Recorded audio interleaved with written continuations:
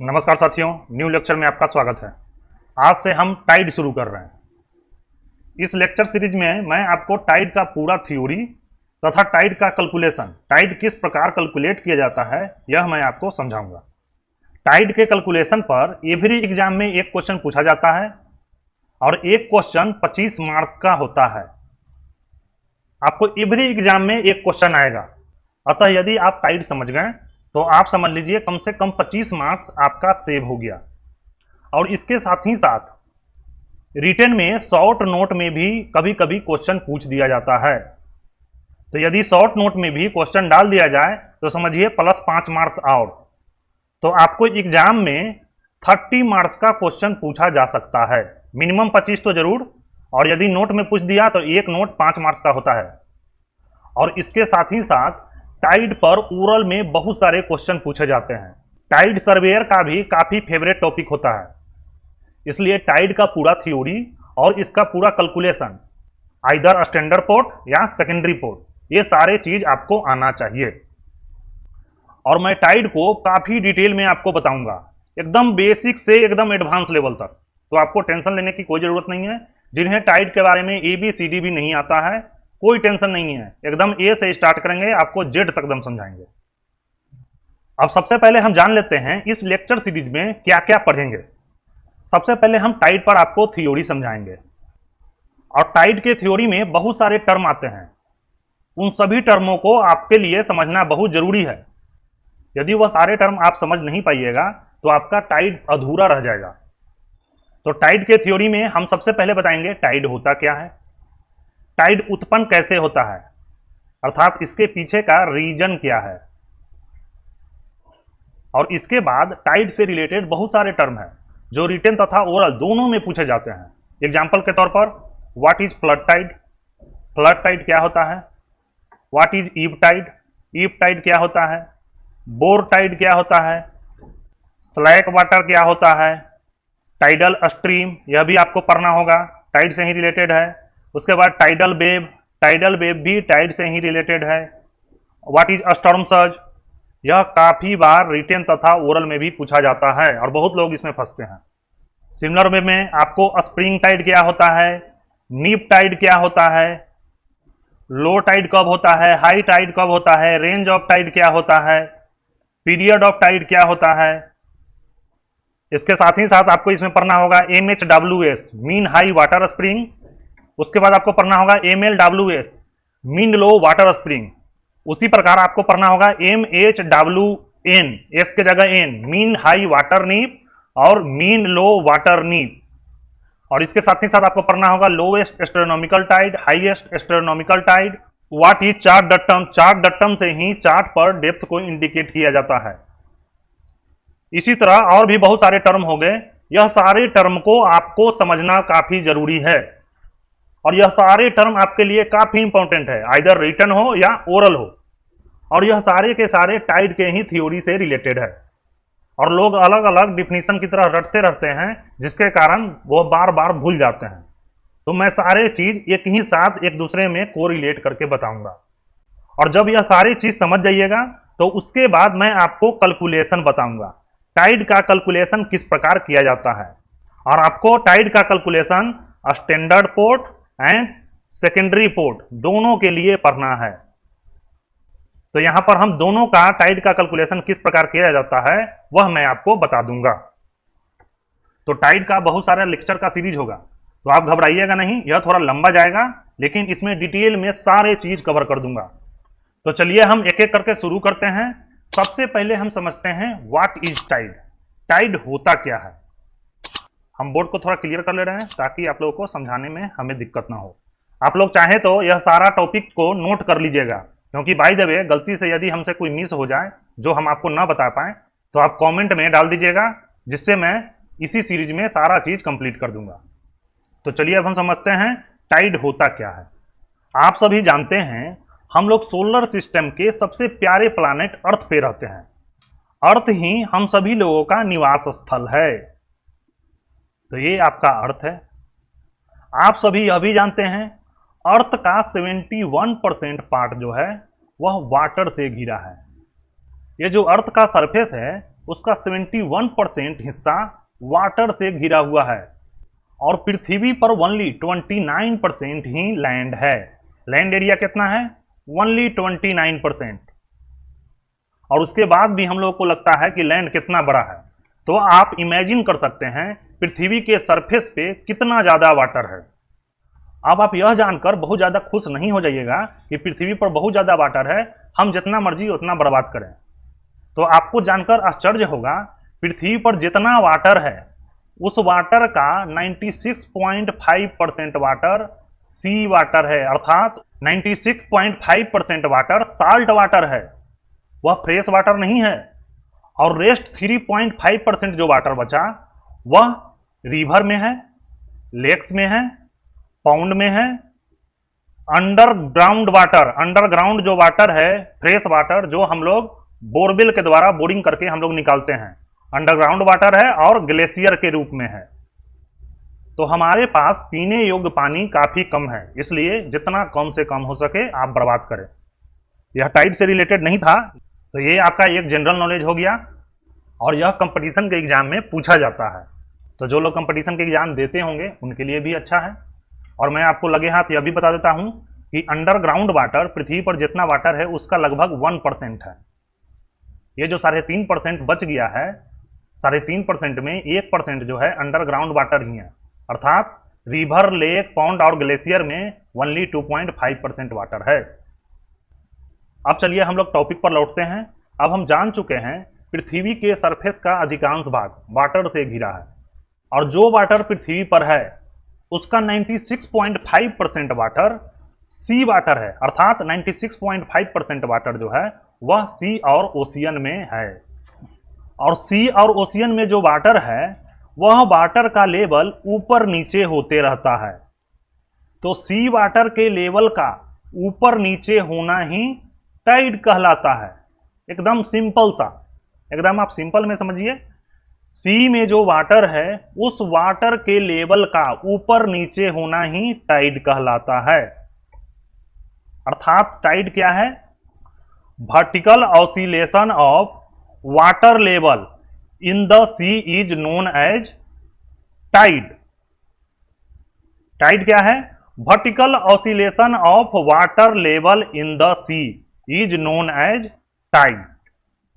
सी में जो वाटर है उस वाटर के लेवल का ही वर्टिकली ऊपर नीचे होना आपका टाइड कहलाता है। और इसको दूसरे टर्म में भी डिफाइन कर सकते हैं, rise and fall of sea level is known as tide. आप जैसे मर्जी जैसे आप डिफाइन कर लीजिए।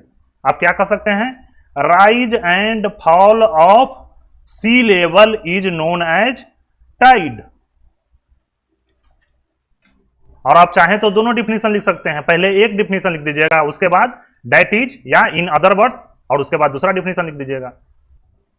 और जो हिंदी मीडियम के स्टूडेंट होंगे वह 9th-10th के ज्योग्राफी तथा फिजिक्स में ज्वार भाटा के बारे में पढ़े होंगे। क्या? ज्वार भाटा। यह ज्वार भाटा को ही इंग्लिश में टाइड बोला जाता है। जब सी का लेवल ऊपर उठ जाता है तो उसको ज्वार बोलते हैं और इंग्लिश में इसी को हाई टाइड बोलते हैं। और जब सी का लेवल नीचे गिर जाता है तो उसको हम लोग भाटा बोलते हैं और इसी को इंग्लिश में लो टाइड बोलते हैं। तो अब आप लोग एकदम सिंपल भाषा में समझ गए होंगे, सी के लेवल का ऊपर नीचे होना ही टाइड कहलाता है। लेकिन अब सवाल उठता है कि आखिर सी का लेवल ऊपर नीचे क्यों होता है, अर्थात टाइड क्यों उत्पन्न होता है? इसका रीजन भी आपको मालूम होना चाहिए। और इसके साथ ही साथ आपको यह भी जानना चाहिए कि टाइड सिर्फ ओशियन अर्थात सी में ही होता है या रिवर, लेक्स, पाउंड इसमें भी होता है, यह भी आपको जानना जरूरी है। तो चलिए ये दोनों चीज भी मैं अभी आपको समझा देता हूं। और इसको समझने के लिए आपको टाइड को फिजिक्स की तरह पढ़ना होगा। यदि आप टाइड को नेविगेशन की तरह पढ़िएगा तो आप समझ कम पाइएगा, आपको रट्टा ज्यादा मारना पड़ेगा। अब कुछ लोगों को फिजिक्स का नाम लेते ही टेंशन हो जाता है, क्योंकि बहुत लोगों को फिजिक्स समझ में नहीं आता है। तो आप टेंशन मत लीजिए, मैं आपको बिल्कुल अच्छा तरह से समझा दूंगा आखिर टाइड के पीछे का रीजन क्या है। अब रीजन समझाने के पहले मैं थोड़ा सा स्पेस बना लेता हूं। अब आप समझिए, reason for tide in the sea में टाइड होने का क्या कारण है? टाइड डेवलप होने का 3 सबसे महत्वपूर्ण फैक्टर है। कितना मेन फैक्टर है?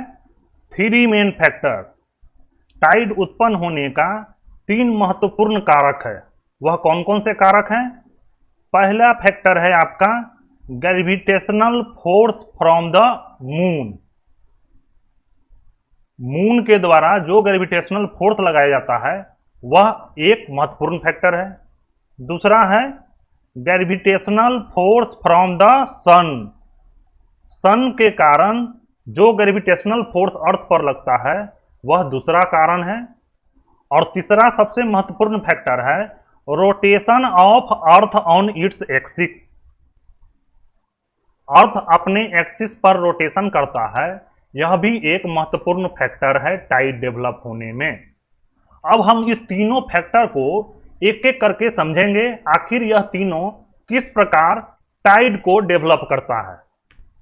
आप सभी लोग न्यूटन लॉ ऑफ ग्रेविटेशन पढ़े होंगे, that is Newton gravitational law. और जो ना भी पढ़े हैं उनको टेंशन लेने की कोई ज़रूरत नहीं है, अभी मैं आपको समझा दूंगा। वैसे तो ना पढ़ने का सवाल ही नहीं है, ये आपको 9th 10th में भी पढ़ना है, 10+2 में भी पढ़ना है, और आपको डीएनएस और बीएससी नॉटिकल साइंस में जो अप्लाइड फिजिक्स है उसमें भी पढ़ना है। न्यूटन ग्रेविटेशनल लॉ कहता है ब्रह्मांड में जितने भी वस्तु हैं सभी एक दूसरे पर फोर्स लगाती है और सभी वस्तु एक दूसरे को अपनी ओर खींचना चाहती है, और यह फोर्स वस्तु के मास के प्रोपोर्शनल होता है और दोनों के बीच का जो दूरी होता है उसके स्क्वायर का इनवर्सली प्रोपोर्शनल होता है। यह चीज आप लोग सभी पढ़े होंगे। और अभी हम आपको बताया न्यूटन ग्रेविटेशनल लॉ कहता है सभी ऑब्जेक्ट एक दूसरे पर फोर्स लगाती है और यह फोर्स दोनों ऑब्जेक्ट के मास के प्रोपोर्शनल होता है। तो हम यहाँ पर लिख दे रहे हैं F proportional to m1 and m2। यदि ब्रह्मांड में कोई 2 ऑब्जेक्ट है तो दोनों ऑब्जेक्ट एक दूसरे को अपनी ओर खींचना चाहेगा, तो इस दोनों के बीच में जो फोर्स लगेगा वह इस दोनों के मास के डायरेक्टली प्रोपोर्शनल होता है। और इस दोनों के बीच का जो दूरी होता है, मान लेते हैं यह दूरी r है, तो इसके दूरी के स्क्वायर का इनवर्सली प्रोपोर्शनल होता है, that is F inversely proportional to r square. Here r equal to distance between object. तो इसी से एक फार्मूला निकल के आता है जिसे आप लोग जानते होंगे Newton gravitational force formula. Newton gravitational law के द्वारा जो फार्मूला आता है F equal to G m1 m2 by r square. Here g equal to gravitational constant, आप सभी लोग पढ़े होंगे। और यही फार्मूला जो F है, F क्या है? Gravitational force. एक ऑब्जेक्ट दूसरे ऑब्जेक्ट पर कितना ग्रेविटेशनल फोर्स लगाएगा यह इस फार्मूला से निकलता है। और इस फार्मूला में आप देख रहे हैं यह जो ग्रेविटेशनल फोर्स है वह दोनों के मास के डायरेक्टली प्रोपोर्शनल है और उस दोनों के बीच का जो डिस्टेंस है उसके स्क्वायर का इनवर्सली प्रोपोर्शनल है। अतः 2 ऑब्जेक्ट के बीच का दूरी जितना कम होगा उसके बीच ग्रेविटेशनल फोर्स उतना ही ज़्यादा होगा, और जैसे जैसे दूरी बढ़ेगा वैसे वैसे ग्रेविटेशनल फोर्स का वैल्यू भी घटता जाएगा। जितना ज़्यादा दूरी बढ़ेगा उससे कई गुना ज़्यादा उसके बीच का ग्रेविटेशनल फोर्स घटेगा, चूंकि डिस्टेंस के स्क्वायर के इनवर्सली प्रोपोर्शनल है। यदि दूरी 2 टाइम्स हो गया तो gravitational force 1/2 square that is 1/4 हो जाएगा, क्योंकि डिस्टेंस के स्क्वायर का इनवर्सली प्रोपोर्शनल है। अतः जितना ज़्यादा दूरी होगा उस दोनों के बीच में उतना ही कम ग्रेविटेशनल फोर्स लगेगा। और यह मैं बार बार इसीलिए बता रहा हूं कि इसी रिलेशन का हम यूज करेंगे आपको रीजन समझाने में। और जो वस्तु जितना ज़्यादा बड़ा होगा अर्थात जिसका मास जितना ज़्यादा होगा वह उतना ही ज़्यादा ग्रेविटेशनल फोर्स लगाएगा। क्यों? क्योंकि ग्रेविटेशनल फोर्स डायरेक्टली प्रोपोर्शनल होता है उसके मास का। तो जो वस्तु अर्थात जो ऑब्जेक्ट जितना ज़्यादा बड़ा हो ग्रेविटेशनल फोर्स उतना ही ज़्यादा लगाएगा। यदि कोई 2 टाइम्स बड़ा है तो ग्रेविटेशनल फोर्स भी उसका 2 टाइम्स हो जाएगा। यदि 10 टाइम्स है तो ग्रेविटेशनल फोर्स भी 10 टाइम्स हो जाएगा। लेकिन डिस्टेंस के केस में बहुत ही उल्टा इफेक्ट पड़ता है। और यही रिलेशन हम इस्तेमाल करेंगे सन मून के डिस्टेंस और साइज के रिस्पेक्ट में। इसीलिए हम आपको न्यूटन ग्रेविटेशनल लॉ समझा रहे हैं और आपको टेंशन लेने की कोई जरूरत नहीं है, एकदम बेसिक से समझाएंगे। मान के चलते हैं कि किसी को कुछ नहीं आता है, तो इतना तक समझने में आप लोगों को दिक्कत नहीं हो रहा होगा। और यदि आपको लेक्चर पसंद आ रहा है तो वीडियो को लाइक कर दीजिए। हम यह भी जानते हैं कि अर्थ जो है सन के अराउंड रिवॉल्व करता है और मून जो है अर्थ के अराउंड रिवॉल्व करता है। तो हम यहाँ पर एक नॉर्मल सा क्वेश्चन पूछ रहे हैं, यह टाइड से रिलेटेड नहीं है, नेविगेशन से रिलेटेड है। आपको यहाँ पर यह बताना है कि मून सन के चारों ओर रिवॉल्व करता है कि नहीं करता है। ये हमारा अर्थ है और अर्थ जो है सन के अराउंड चारों ओर रिवॉल्व करता रहता है। हम मान लेते हैं इधर जो है ये आपका सन है, हम सन को रेड से बना देते हैं, इधर आपका ये सन है। अर्थ सन के चारों ओर रिवॉल्व करता है और मून जो है वह अर्थ के चारों ओर रिवॉल्व करता है। तो हम यहाँ पर एक नेविगेशन का नॉर्मल सा क्वेश्चन पूछ रहे थे कि आप हमें यह बताइए मून सन के चारों ओर रिवॉल्व करता है कि नहीं करता है। तो यहाँ पर आंसर होगा यस, करता है। अर्थ जो है मून को ग्रेविटेशनल फोर्स के कारण अपने ओर बांध रखा है, जिसके कारण मून अर्थ के चारों ओर रिवॉल्व करता है और अर्थ जो है खुद सन के चारों ओर रिवॉल्व करता है। तो ये जो पूरा सिस्टम है, यह सिस्टम ही सन के चारों तरफ रिवॉल्व कर रहा है। अतः मून भी अर्थ के साथ ही साथ सन के चारों ओर रिवॉल्व कर रहा है। तो हम बीच बीच में जो चीज याद आ जाता है वह मैं आपको बता देता हूं, क्योंकि नॉर्मल सा चीज है, हो सके तो कोई सर्वेयर पूछ दे। हम मान लेते हैं अर्थ का यह सेंटर है और आप सभी जानते हैं अर्थ का रेडियस कितना होता है। आप बचपन से पढ़ते आ रहे हैं और यह पढ़े होंगे आप लोग किलोमीटर में, तो वह वैल्यू आपको आसानी से याद रहेगा। अर्थ का रेडियस होता है 6400 किलोमीटर, 6400 किलोमीटर। और अर्थ और मून के बीच का दूरी, ये है मून का सेंटर, और अर्थ और मून के बीच का दूरी कितना है? 3,84,000 किलोमीटर। यह दूरी कितना है? 3,84,000 किलोमीटर। यह आप लोग सभी जानते होंगे। अभी जो हम ब्लैक से मार्क कर रहे हैं, हम मान लेते हैं ये सन का सेंटर है, और सन और अर्थ के बीच का दूरी कितना है? आप सभी लोग जानते हैं अर्थ और सन के बीच की दूरी 15 करोड़ किलोमीटर है। कितना? 15 करोड़ किलोमीटर। हम किलोमीटर में इसलिए बता रहे हैं कि बचपन से आप लोग किलोमीटर में ही पढ़ते आ रहे होंगे और हमको भी किलोमीटर में ही वैल्यू याद है, माइल में नहीं, तो इसलिए हम किलोमीटर में ही लिख दिया। हम यहाँ पर मून तथा सन का जो इफेक्ट है टाइड पर, उसको हम सेपरेट सेपरेट समझेंगे। और सेपरेट क्यों समझेंगे? क्योंकि सेपरेट करने पर टाइड हमको समझने में आसानी होगा। यहाँ पर सबसे पहले हम मून का इफेक्ट को कंसीडर करते हैं, अर्थात सबसे पहले हम मून के इफेक्ट को समझते हैं। हम जानते हैं मून जो है अर्थ पर ग्रेविटेशनल फोर्स लगाएगा, अपनी ओर खींचना चाहेगा। और हम यह भी जानते हैं अर्थ का रेडियस 6400 6400 किलोमीटर है। अतः अर्थ के सरफेस पर जो भी ऑब्जेक्ट होगा वह ऑब्जेक्ट 6400 किलोमीटर मून से नजदीक होगा विथ रिस्पेक्ट टू अर्थ। यहाँ पर अर्थ कहने का मतलब अर्थ का सेंटर, क्योंकि अर्थ एक सॉलिड है और जो भी यहाँ पर कैलकुलेशन होगा उसके सेंटर ऑफ मास अर्थात सेंटर ऑफ ग्रेविटी पर ही होगा। तो यदि मून के सेंटर से हम डिस्टेंस लें तो अर्थ के सरफेस पर जो ऑब्जेक्ट होगा वह अर्थ के सेंटर से, डेट इज अर्थ से 6400 किलोमीटर नजदीक होगा। और अभी हम आपको बताए थे यदि दो ऑब्जेक्ट के बीच की दूरी घट जाएगा, तो जब दूरी घटेगा तो इसके बीच का ग्रेविटेशनल फोर्स जो है वह बढ़ जाएगा। अतः अर्थ के सरफेस पर जो भी ऑब्जेक्ट होगा उस पर मून ज्यादा ग्रेविटेशनल फोर्स लगाएगा विथ रिस्पेक्ट टू अर्थ। और हम यह भी बता चुके हैं अर्थ का अधिकांश सरफेस वाटर से कवर्ड है, अतः वाटर जो है अर्थ के सरफेस पर ही रहता है। अतः अर्थ के सरफेस पर जो वाटर मून के एकदम सामने होगा उस पर ग्रेविटेशनल फोर्स ज्यादा लगेगा विथ रिस्पेक्ट टू अर्थ।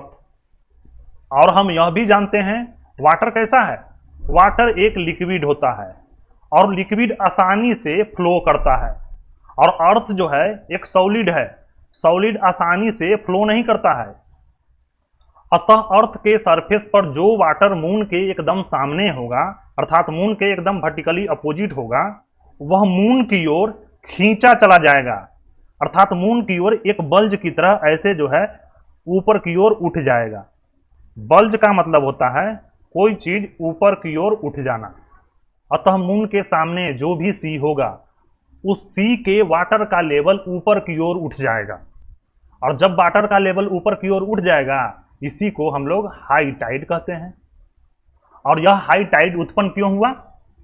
क्योंकि अर्थ के सरफेस पर जो वाटर है उस पर तथा अर्थ पर जो मून ग्रेविटेशनल फोर्स लगा रहा है, उस दोनों के बीच में कुछ न कुछ डिफरेंस है। अतः ग्रेविटेशनल फोर्स का जो डिफरेंस है, उसी कारण यह टाइड जो है उत्पन्न हो रहा है। तो कहानी आपका यहीं पर खत्म नहीं होता है, अभी इसमें बहुत सारे ट्विस्ट हैं। अभी आप एक एक करके आसानी से समझते रहिए। अब अर्थ का जो एरिया मून के सामने है, उस एरिया के वर्टिकली अपोजिट में आ जाइए, दैट इज दिस साइड। अब यहां देख रहे हैं अर्थ का ये जो अपोजिट वाला एरिया है, यह मून से 6400 किलोमीटर और फर्दर अब ये चला गया। अर्थ का जो एरिया मून की ओर था वह तो 6400 किलोमीटर नियर था, लेकिन इसके अपोजिट वाला एरिया 6400 किलोमीटर और दूर चला जाएगा, अर्थात 6400 किलोमीटर और डिस्टेंस बढ़ जाएगा विथ रिस्पेक्ट टू मून। और जब डिस्टेंस बढ़ जाएगा तो यहां पर क्या होगा? ग्रेविटेशनल फोर्स कम लगेगा। अर्थ के इस वाले सरफेस एरिया पर मून द्वारा ग्रेविटेशनल फोर्स कम लगेगा विथ रिस्पेक्ट टू अर्थ। अब इसके अपोजिट वाले एरिया का साइन समझने के लिए आपको थोड़ा सा फिजिक्स और समझना होगा। अभी हम आपको समझा दे रहे हैं। हम मान लेते हैं कोई तीन ऑब्जेक्ट है, तीनों का हम नाम रख दे रहे हैं O1, O2, O3, और इसके बीच का डिस्टेंस सेम है। हम मान लेते हैं इसके बीच का डिस्टेंस 6400 किलोमीटर है। हम जान के 6400 किलोमीटर मान रहे हैं क्योंकि अर्थ का रेडियस भी 6400 किलोमीटर है। तो अर्थ का जो सरफेस नियर टू मून है, यदि इसको हम ए मान लें इस पॉइंट को, और ये जो है सेंटर है सी, तो ये आपका जो फर्दर अबे होगा ये हो गया बी। तो ए सी इजकल टू सी बी, और यह कितना है? 6400 किलोमीटर। तो इसी को समझाने के लिए इधर हम थोड़ा सा आपको फिजिक्स समझा रहे हैं।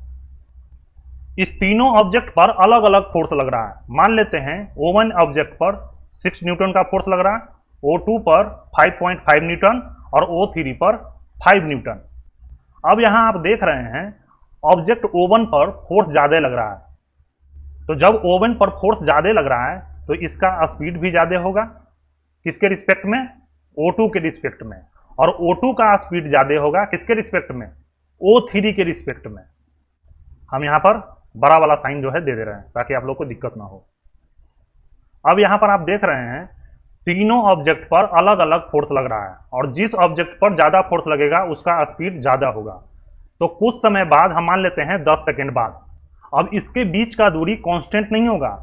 पहले जो 6400 किलोमीटर इसके बीच का जो दूरी था, अब 6400 किलोमीटर नहीं रह जाएगा।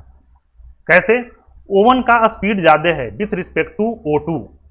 यदि दो व्यक्ति है, दोनों के बीच का दूरी पहले 6400 किलोमीटर था, और कोई व्यक्ति एक जो है वह 10 किलोमीटर प्रति आवर की रफ्तार से दौड़ रहा है, और कोई व्यक्ति 6 किलोमीटर प्रति आवर की रफ्तार से दौड़ रहा है, तो इस दोनों के बीच का दूरी अब 6400 किलोमीटर प्रति आवर 6400 किलोमीटर से बढ़ के कुछ हो जाएगा। हम मान लेते हैं 6400 किलोमीटर प्लस 10 मीटर हो, 10 मीटर और डिस्टेंस बढ़ गया। तो यहाँ भी वही चीज होगा। O1 का स्पीड ज्यादा है विथ रिस्पेक्ट टू O2। तो अब जो है O1 और O2 के बीच का डिस्टेंस 6400 किलोमीटर प्लस कुछ भी वैल्यू होगा, मान लेते हैं यहाँ भी प्लस 10 मीटर। अब इसके बीच का दूरी 10 मीटर हो गया। O2 का स्पीड ज्यादा है विथ रिस्पेक्ट टू O3, तो O2 और O3 के बीच का भी डिस्टेंस बढ़ जाएगा। पहले था 6400 किलोमीटर, अब इसके बीच का भी दूरी बढ़ जाएगा। लेकिन यह जो दूरी बढ़ेगा पक्का है कि यह 10 मीटर से कम बढ़ेगा। मान लेते हैं 8 मीटर। 10 मीटर से कम क्यों बढ़ेगा? क्योंकि O2 तो O3 से जरूर तेज है, और O1 जो है O2 से भी तेज है। तो इसके कारण O1 और O2 के बीच की दूरी 10 मीटर बढ़ता है, तो O2 और O3 के बीच का दूरी जरूर ही 10 मीटर से कम बढ़ेगा, क्योंकि O1 सबसे तेज है, उसके बावजूद 10 मीटर दूरी बढ़ा है। और O2 जो है O1 से कम स्पीड भाग रहा है, तो उसके कारण पक्का जो है डिस्टेंस 10 मीटर से कम बढ़ा होगा। अतः यहाँ पर आप लोग समझ गए होंगे, पहले दोनों के बीच की दूरी फिक्स था 6400 किलोमीटर, अब जो है यह दोनों के बीच की दूरी जो है बढ़ गया है और दोनों के बीच की दूरी सेम नहीं है। और यही सेम सिचुएशन यहाँ भी होता है, इसीलिए हम पहले आपको फिजिक्स की तरह न्यूमेरिकल वैल्यू डाल के हम समझा दिए। ये मून जो है अर्थ के सरफेस ए पर ग्रेविटेशनल फोर्स लगा रहा है, अर्थ पर भी ग्रेविटेशनल फोर्स लगा रहा है, और अर्थ पर जो ग्रेविटेशनल फोर्स लगेगा वह अर्थ के सेंटर पर, अर्थात सेंटर ऑफ मास या इसी को सेंटर ऑफ ग्रेविटी कहिए, उस पर लगेगा। और मून जो है अर्थ के सरफेस बी पर भी ग्रेविटेशनल फोर्स लगा रहा होगा। अभी हम आपको बताएं कि जैसे जैसे डिस्टेंस बढ़ेगा ग्रेविटेशनल फोर्स घटता जाएगा। तो ए पर जो ग्रेविटेशनल फोर्स होगा वह सबसे ज्यादा होगा, सी पर अर्थात अर्थ पर ग्रेविटेशनल फोर्स ए से थोड़ा सा कम रहेगा, और बी पर सबसे कम ग्रेविटेशनल फोर्स लगेगा। ये चीज आप समझ गए। अब जब ए पॉइंट पर सबसे ज्यादा ग्रेविटेशनल फोर्स लगेगा तो ए पॉइंट पर जो वाटर होगा उस पर सबसे ज्यादा फोर्स लगेगा, और ए पॉइंट पर जब सबसे ज्यादा फोर्स लगेगा तो ए पॉइंट पर जो वाटर होगा वह वाटर तेजी से आगे की ओर बल्ज बनाना चाहेगा, अर्थात यह बल्ज बना देगा। अब ए के बाद सी पॉइंट अर्थात अर्थ पर सबसे ज्यादा ग्रेविटेशनल फोर्स लगेगा, तो जो अर्थ पर ग्रेविटेशनल फोर्स लगेगा उसके कारण अर्थ भी थोड़ा सा आगे बढ़ेगा। जैसे ए पर जो वाटर था यह बढ़ के यहाँ चला आया, तो अर्थ भी यहाँ पर थोड़ा सा आगे बढ़ेगा, लेकिन यह कितनों आगे बढ़ ले इस दोनों के बीच का डिस्टेंस जो है वह बढ़ जाएगा। क्यों? क्योंकि ए पॉइंट पर सबसे ज्यादा फोर्स लग रहा है, इसलिए इस दोनों के बीच में गैप जो है वह बढ़ जाएगा, जैसे हम यहाँ पर समझाए थे। पहले 6400 किलोमीटर था, अब जो है 6400 किलोमीटर प्लस 10 मीटर हो गया।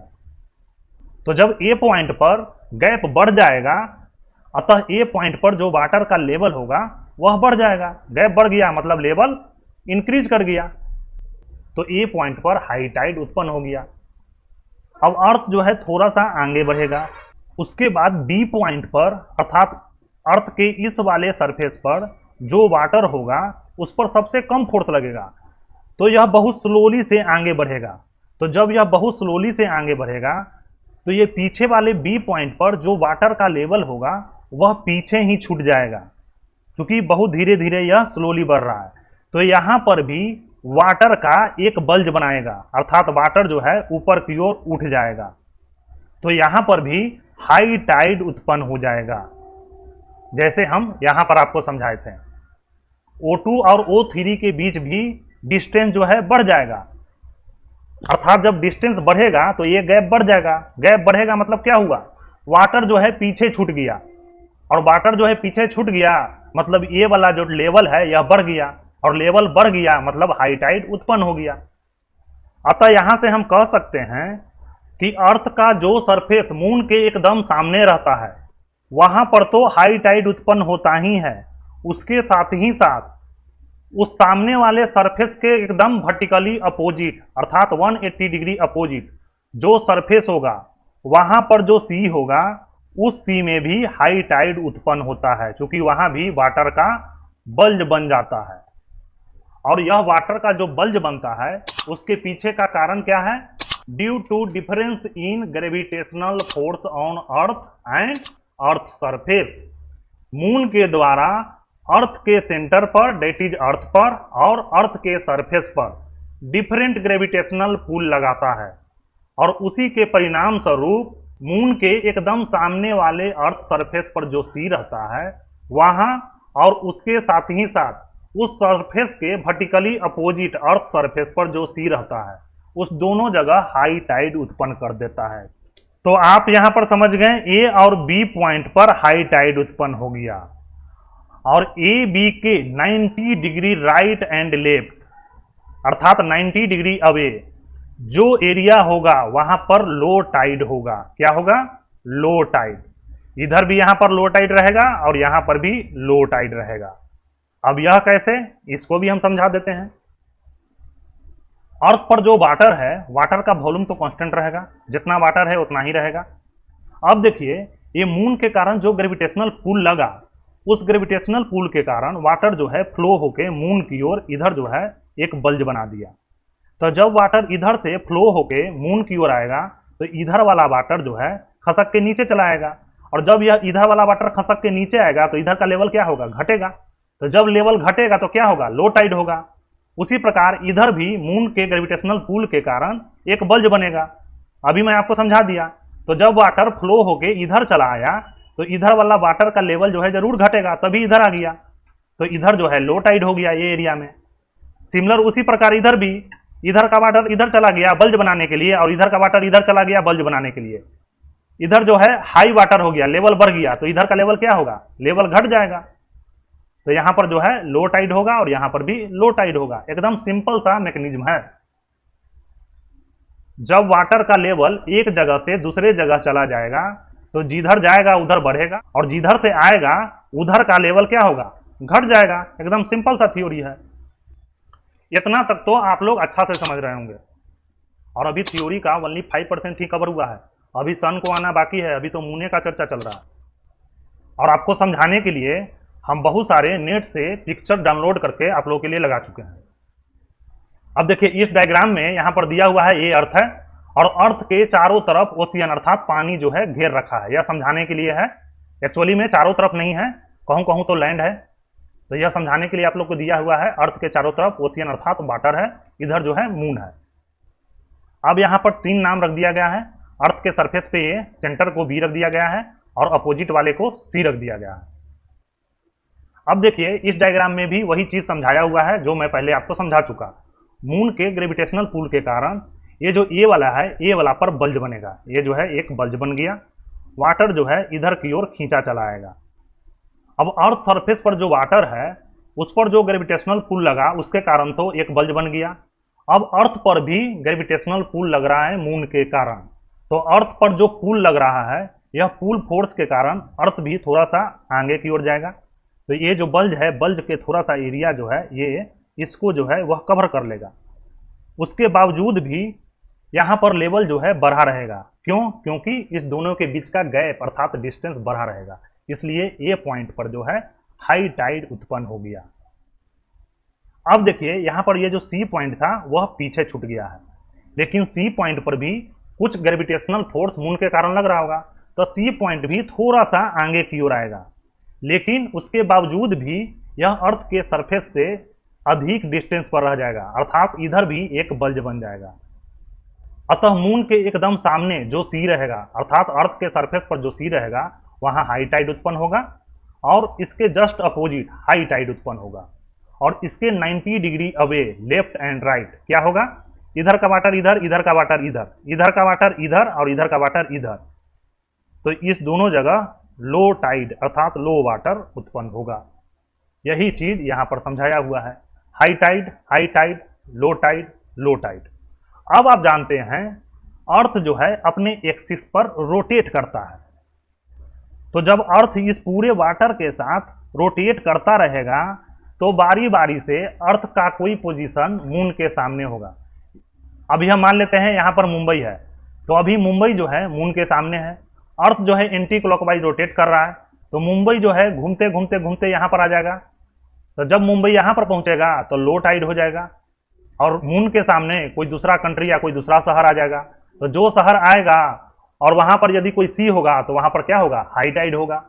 वैसे ही मुंबई घूमते घूमते घूमते फिर यहाँ पर आ जाएगा, तो यहाँ पर भी हाई टाइड उत्पन्न हो जाएगा। और अर्थ फिर फर्दर रोटेट करेगा तो फिर यहाँ पर हो जाएगा, फिर जो है लो टाइड उत्पन्न हो जाएगा।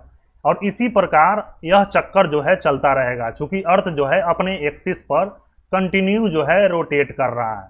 इसीलिए आप लोग जो है टाइड टेबल देखते होंगे। टाइड टेबल डेली कैलकुलेट किया रहता है, किस दिन कितना बजे हाई टाइड रहेगा, कितना बजे लो टाइड रहेगा, कितना बजे हाई टाइड रहेगा, कितना बजे लो टाइड रहेगा।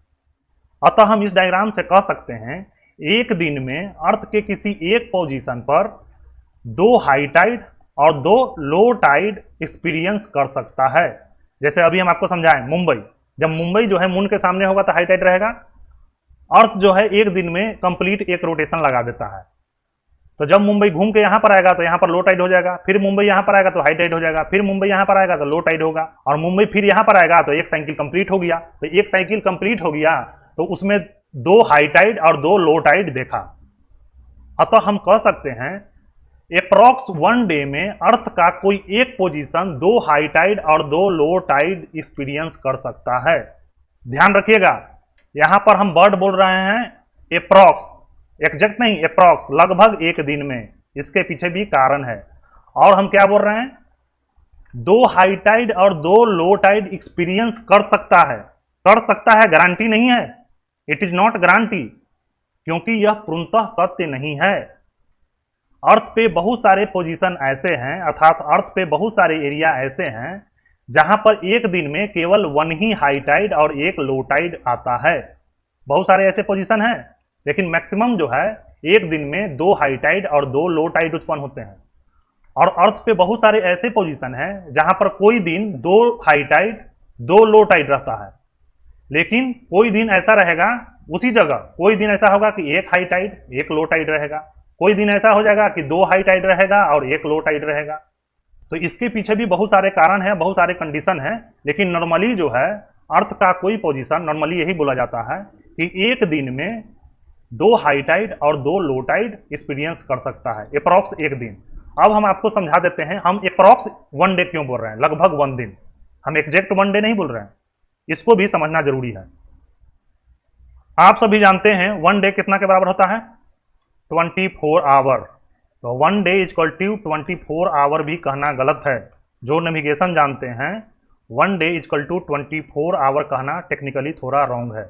1 day equal to 24 hour MST, mean solar time कहना सही है, लेकिन नॉर्मली आप लोग समझिए 1 डे इक्वल टू 24 आवर। अब देखिए यहां पर टाइड उत्पन्न होने का कारण क्या है, मून। जब अर्थ का कोई पोजीशन ए मून के सामने होगा तो यहां पर हाई टाइड होगा। अब अर्थ जो है अपने एक्सिस पर रोटेट करेगा, एक्सिस पर जब रोटेट करके एग्जैक्ट 360 डिग्री पूरा करेगा रोटेशन, तो यहां पर पहुंचेगा। लेकिन मून भी अर्थ के चारों ओर परिक्रमा कर रहा है, मून भी यहीं पर खड़ा नहीं रहेगा, मून यहां से खसक कर कहीं पर यहां आ जाएगा। तो ए पर जो व्यक्ति रहेगा वह देखेगा कि सामने तो मून है ही नहीं, और फिर से मून के एकदम सामने आने के लिए अर्थ को 360 डिग्री प्लस कुछ और रोटेशन करना होगा। जब यह सामने होगा तभी जो है एक साइकिल पूरा कर लेगा with respect to moon. Actual में तो 360 डिग्री रोटेट कर चुका है, लेकिन मून के रिस्पेक्ट में एक चक्कर पूरा नहीं किया है। मून के रिस्पेक्ट में एक चक्कर पूरा करने के लिए 360 डिग्री प्लस समथिंग डिग्री और भी घूमना होगा। और यह थीटा क्यों घूमना होगा, due to moon revolve around the earth. और उतना देर में मून जितना डिग्री इधर की ओर खसकेगा उतना जो है अर्थ को और रोटेट करना होगा, तभी जो है मून के रिस्पेक्ट में एक चक्कर पूरा होगा। और जब दोबारा यहां पर सामने हो जाएगा तो फिर से यह हाई टाइड यहां पर आ जाएगा, फिर एक चक्कर पूरा करेगा, इसे घूम के आएगा, तो फिर मून यहां नहीं मिलेगा, फिर मून यहां से खसक कर यहां आ जाएगा, फिर इसको यहां से यहां पर आया 360 डिग्री और फिर 360 डिग्री प्लस समथिंग। अतः मून के रिस्पेक्ट में अर्थ को 1 रोटेशन पूरा करने में, 1 rotation with respect to moon not sun, इसको लगता है 24 घंटा 50 मिनट। इसीलिए हम बोल रहे थे अर्थ का कोई भी पोजीशन लगभग एक दिन में, लगभग कहने का मतलब था 24 आवर, लगभग एक दिन में 2 हाई टाइड और 2 लो टाइड एक्सपीरियंस कर सकता है। लेकिन एग्जैक्ट जो वैल्यू होगा वह होगा अर्थ का कोई भी पोजीशन 24 घंटा 50 मिनट में 2 हाई टाइड और 2 लो टाइड एक्सपीरियंस कर सकता है, गारंटी नहीं। और इसके पीछे बहुत सारे कारण हैं। और आप लोग नेविगेशन में पढ़े होंगे मून का every phenomena, either moon rise, moon set या मेरिडियन पैसेज, यह सारे के सारे एवरी डे 50 मिनट लेटर होता है। क्यों, इसी कारण होता है क्योंकि अर्थ जब तक एक रोटेशन मारता है विथ रिस्पेक्ट टू सन, तब तक जो है मून अपने ऑर्बिट में आगे बढ़ जाता है। तो मून के रिस्पेक्ट में एक चक्कर लगाने में, अर्थात फिर वही घटना घटने के लिए उसको फर्दर और मूव करना पड़ता है, और यह फर्दर मूवमेंट उसको अप्रॉक्स 50 मिनट में कंप्लीट होता है। इसीलिए मून के रिस्पेक्ट में सारे अक्रेंस 50 मिनट लेटर होता है। और यहाँ पर यह भी बता दिए मून के रिस्पेक्ट में एक रोटेशन पूरा करने में अर्थ को 24 घंटा 50 मिनट लगता है। अतः लूनर डे का ड्यूरेशन कितना होता है, 1 लूनर डे। 1 लूनर डे का पीरियड कितना होता है, 24 hour 50 minute mean solar time. एक लूनर डे 24 घंटा 50 मिनट के बराबर होता है। यह भी क्वेश्चन आपसे ओरल में पूछ दिया जा सकता है। तो सर्वेयर आपसे यह भी पूछ सकते हैं, यदि आज हाई टाइड 0700 AM पर हुआ है तो नेक्स्ट डे सुबह में अर्थात AM में कितना बजे फिर हाई टाइड हो सकता है। तो इसका आंसर वही है, एवरी डे 50 मिनट लेटर। यदि आज 0700 AM पर हाई टाइड हुआ है तो नेक्स्ट डे 0750 AM पर मॉर्निंग में हाई टाइड हो सकता है। यह अप्रॉक्स है, एग्जैक्ट नहीं, हो सकता है।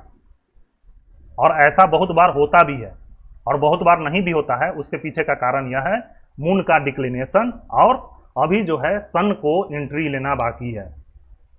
क्योंकि टाइड जो है ओनली मून के कारण नहीं होता है, टाइड जो है सन के कारण भी होता है, लेकिन सन का इफेक्ट मून के रिस्पेक्ट में बहुत कम होता है। इसीलिए जब भी टाइड की चर्चा चलती है तो मून को काफ़ी ज़्यादा वैल्यू दिया जाता है। और सन का इफेक्ट कम इसलिए होता है कि सन जो है अर्थ से बहुत ज़्यादा दूर है with respect to moon. Moon जो है ओनली 3,84,000 किलोमीटर है और सन जो है 15 करोड़ किलोमीटर, अर्थात जोड़ लीजिए 1020, ये हो गया लगभग 5, लगभग 400 टाइम ज़्यादा दूर है सन। तो जब बहुत ज़्यादा दूर होता है उसके कारण यह जो रेडियस 6400 किलोमीटर जो है इसका इफेक्ट बहुत कम रह जाता है। यह मैं आपको डिटेल में बताऊंगा, अभी हम नॉर्मली बता दे रहे हैं कि सन का इफेक्ट टाइड में काफ़ी कम होता है विथ रिस्पेक्ट टू मून। अब इस डायग्राम को थोड़ा सा क्लियर कर देते हैं। यहाँ पर जो जो चीज़ हम समझाना चाह रहे थे वह लगभग बता चुके हैं और वह सारा चीज़ आप नोट करता जाइएगा, क्योंकि मैं बहुत सारे चीज़ बता दिया हूँ और ओरल में इस प्रकार आपसे घुस घुस के क्वेश्चन पूछेगा। रिटेन में तो आप लिख दीजिएगा, काम चल जाएगा, वहाँ पर क्रॉस क्वेश्चन नहीं आता है कि ये कैसे हुआ ये कैसे हुआ, लेकिन ओरल में आपसे घुस घुस के क्वेश्चन पूछेंगे। तो ये सारे चीज़ आपको नोट होना चाहिए और मैं सारा चीज़ नोट कराता नहीं रहूँगा, मैं आपको बताता जा रहा हूँ इंपॉर्टेंट पॉइंट आप नोट करता जाइए। और यह वीडियो लेक्चर है, आराम से आप पॉज करके नोट कर सकते हैं। अभी हम आपको क्या बता दिए, 1 लूनर डे कितना के बराबर होता है, 24 आवर 50 मिनट MST। MST भी आप जरूर बोलिएगा, मीन सोलर टाइम, क्योंकि यह नहीं बोलिएगा इसके कारण आपको ओरल में फेल कर देंगे। और अर्थ का कोई पोजीशन 24 आवर 50 मिनट में 2 high tide and 2 low tide experience कर सकता है। और इसके बारे में भी मैं डिटेल में थोड़ा बताऊंगा, कहाँ कहाँ होता है कहाँ कहाँ नहीं होता है। अभी आप इतना याद रखिए, ओरल में आपसे पूछा जाएगा। अब आप समझिए period of tide. Period of tide क्या होता है? देखिए पीरियड ऑफ टाइड काफी सिंपल है। Period of tide is time interval between 2 successive high water या time interval between 2 successive low water. 2 successive high water के बीच में जो टाइम इंटरवल होगा वही पीरियड ऑफ टाइड होगा, या 2 सक्सेसिव लो वाटर के बीच में टाइम इंटरवल होगा वही पीरियड ऑफ टाइड होगा। लो वाटर करने का मतलब लो टाइड और हाई वाटर करने का मतलब हाई टाइड।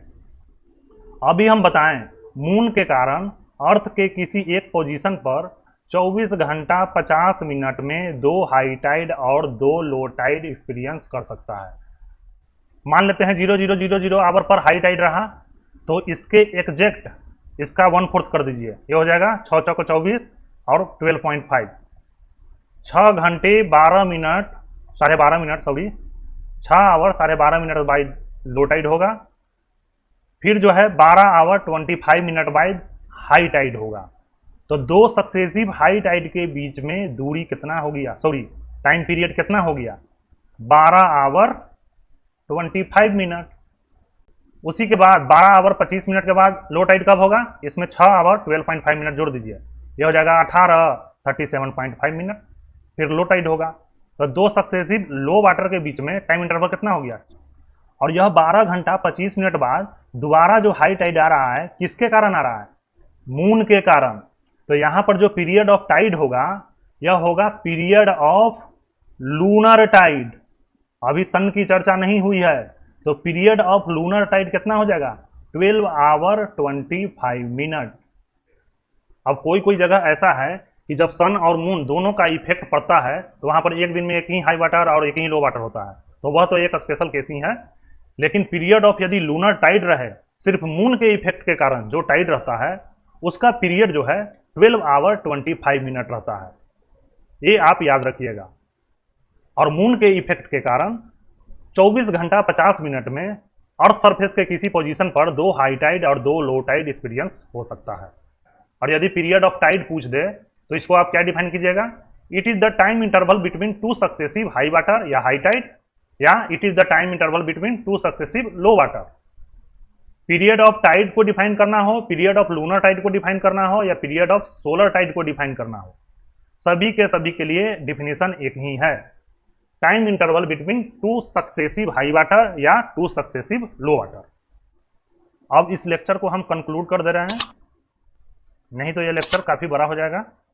अब तक आप समझ गए होंगे टाइड एक periodical rise and fall of sea level है। कुछ समय के लिए वाटर का लेवल राइज होता है और कुछ समय के लिए वाटर का लेवल फॉल होता है। यह एक टाइम इंटरवल में अर्थात एक पीरियड में चलता रहता है। और इसके पीछे का कारण क्या है? Difference in gravitational force on earth and water on earth surface. Earth और अर्थ के सरफेस पर जो वाटर है उस पर डिफरेंट ग्रेविटेशनल फोर्स लगता है, इसी कारण टाइड उत्पन्न होता है। तो नॉर्मली बहुत लोग जो बोलते हैं टाइड जो उत्पन्न होता है due to gravitational force of sun and moon, यह पूरी तरह सही नहीं है। हम गलत नहीं कर रहे हैं, हम कह रहे हैं कि यह पूरी तरह सही नहीं है। इसका मेन कारण है due to difference in gravitational force on earth and water on earth surface. दोनों के बीच में जो डिफरेंशियल फोर्स पैदा होता है उसी के कारण टाइड उत्पन्न होता है। और यह जो डिफरेंशियल फोर्स पैदा होता है इसी को टाइडल फोर्स भी बोलते हैं, क्योंकि इसी फोर्स के कारण टाइड उत्पन्न होता है। जो ग्रेविटेशनल फोर्स में डिफरेंस रहता है तो वही डिफरेंशियल फोर्स टाइडल फोर्स कहलाता है, क्योंकि इसी फोर्स के कारण टाइड उत्पन्न होता है। तो यदि आपको कोई टाइड को डिफाइन करने के लिए कहे तो आप टाइड का एग्जैक्ट डिफिनीशन क्या लिखिएगा? ऐसे तो जो डिफिनीशन मैं बता चुका हूं वह भी बिल्कुल सही है और नॉर्मल बुक में वैसा ही लिखा रहता है, लेकिन यदि आपको एग्जैक्ट दम डिफिनीशन लिखना हो तो आप नोट कर लीजिए। आप टाइड का एग्जैक्ट डिफिनीशन लिखिएगा, periodical rise and fall of sea level due to difference in gravitational force on earth and water on earth surface is known as tide. क्या लिखिएगा? Periodical rise and fall of sea level due to difference in gravitational force on earth and water on earth surface is known as tide. तो हम उम्मीद करते हैं इतना आप अच्छा से समझ गए होंगे। और यदि आपको वीडियो लेक्चर पसंद आ रहा है तो वीडियो को लाइक कीजिए और दूसरे मित्रों को शेयर कीजिए। अभी तक हम आपको ओनली मून का केस समझाए हैं, अर्थात लूनर टाइड समझाए हैं। और यदि आपसे कोई पूछ दे what is lunar tide, lunar tide होता क्या है, तो इसे आप डिफाइन कीजिएगा, rise and fall of sea level due to moon gravitational effect on earth and water on earth surface is known as lunar tide. क्या आप डिफाइन कीजिएगा? Rise and fall of sea level due to moon gravitational effect on earth and water on earth surface is known as lunar tide. Lunar Tide का लेना देना सिर्फ जो है moon का ग्रेविटेशनल इफेक्ट है ऑन द अर्थ। जब सन का gravitational effect on the earth हो जाएगा तो वह कहलाएगा सोलर टाइड, और जब इस दोनों को मिला देंगे तो वह कहलाता है लूनी सोलर टाइड। यह सारा चीज मैं आपको आगे बताऊंगा, टेंशन लेने की जरूरत नहीं है। तो सन का इफेक्ट, रिवर और लेक में टाइड हमें क्यों अनुभव नहीं होता है, और बहुत सारे जो टर्म है उसका सारा डिफिनेशन और उसको मैं सारा समझाऊंगा आप नेक्स्ट लेक्चर में। और यदि आपको वीडियो पसंद आ रहा है तो चैनल को सब्सक्राइब कीजिए, वीडियो को लाइक कीजिए और दूसरों मित्रों को शेयर कीजिए। मिलते हैं नेक्स्ट लेक्चर में, तब तक के लिए धन्यवाद। Thanks for watching the lecture. यदि मेरा काम पसंद आ रहा है तो चैनल को सब्सक्राइब करें, वीडियो को लाइक करें और दूसरों मित्रों को शेयर करें।